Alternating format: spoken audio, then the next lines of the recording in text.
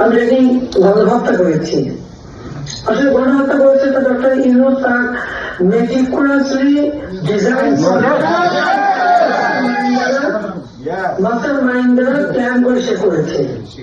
গণহত্যার বিচার ওই তার সমন্বয়কারীরা এবং ইউনূস তার মাস্টার মাইন্ড তাদেরই ঘটানো, তারই লাশের পর লাশ ফেলেছে।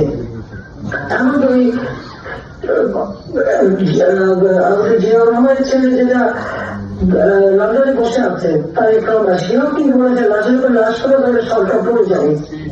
এটা তো তাদের কথা। আর আমরা তো চাই যে লাশের উপর লাশ করুন।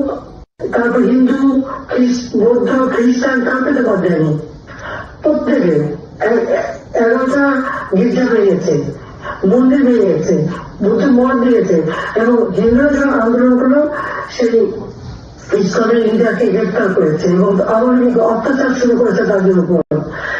এই মানে সংখ্যালঘুদের উপর এই অত্যাচার কিসের জন্য? কেন তাদের উপর এইভাবে নির্মমভাবে তাদের অত্যাচার করা হচ্ছে এবং তাদের উপর হামলা করা হচ্ছে, সেটাই তো। হ্যাঁ বন্ধুরা, সমস্ত তথ্য ফাঁস করে দিলেন আজকে শেখ হাসিনা।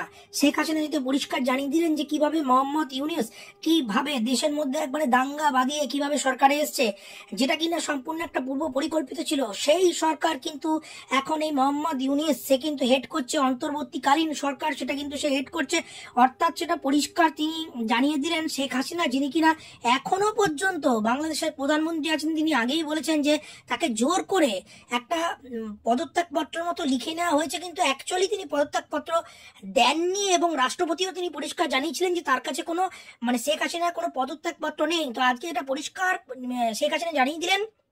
একবারে যে বার্তা তিনি দিয়েছেন তাতে কিন্তু ফাঁস হয়ে গেছে, পরিষ্কার যেটা বোঝা গেল যে এই যে মোহাম্মদ ইউনূস কিভাবে একবারে সম্পূর্ণ একটা দুর্নীতি করে, সম্পূর্ণ একবারে মানুষের মধ্যে বিভেদ লাগিয়ে দিয়ে এবং বিদেশের বিভিন্ন শক্তির কাছ থেকে সে কিন্তু ক্ষমতা নিয়ে সে আজকে কিন্তু একটা পূর্ব পরিকল্পিত করে একটা গভীর ধরনের ষড়যন্ত্র করে আজকে কিন্তু বাংলাদেশের সরকার স্থাপন করেছে, যেটাকে বলা হচ্ছে কিনা অন্তর্বর্তীকালীন সরকার।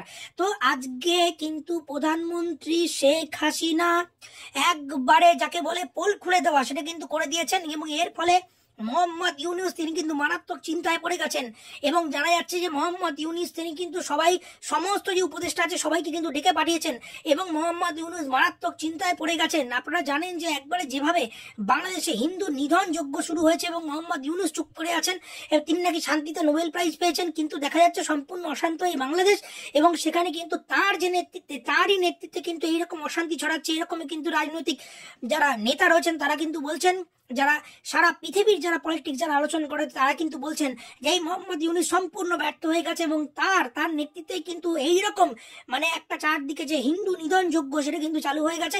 বাংলাদেশে কোনো গণতন্ত্র নেই, বাংলাদেশ সম্পূর্ণ ধ্বংসের মুখে কিন্তু চলে গেছে এবং আজকে শেখ হাসিনা কিন্তু সেই যে কথা তারই কিন্তু সিলমোহর দিয়ে দিলেন। বাংলাদেশের প্রধানমন্ত্রী তিনি কিন্তু এখন ভারতবর্ষে আছেন, তিনি নিজে বলেছেন তিনি পদত্যাগ করেননি, আর এদিকে রাষ্ট্রপতি আছেন বাংলাদেশে তিনিও বলেছেন পদত্যাগপত্র পাননি। তো এমতো অবস্থায় শেখ হাসিনা যেভাবে পোল খুলে দিলেন, শেখ হাসিনা যেভাবে যে মোহাম্মদ ইউনূস কিভাবে দুর্নীতি করে কিভাবে ষড়যন্ত্র করে সরকারে এসছে তা কিন্তু সম্পূর্ণ পৃথিবীবাসীর কাছে একবারে পোল খুলে দিলেন।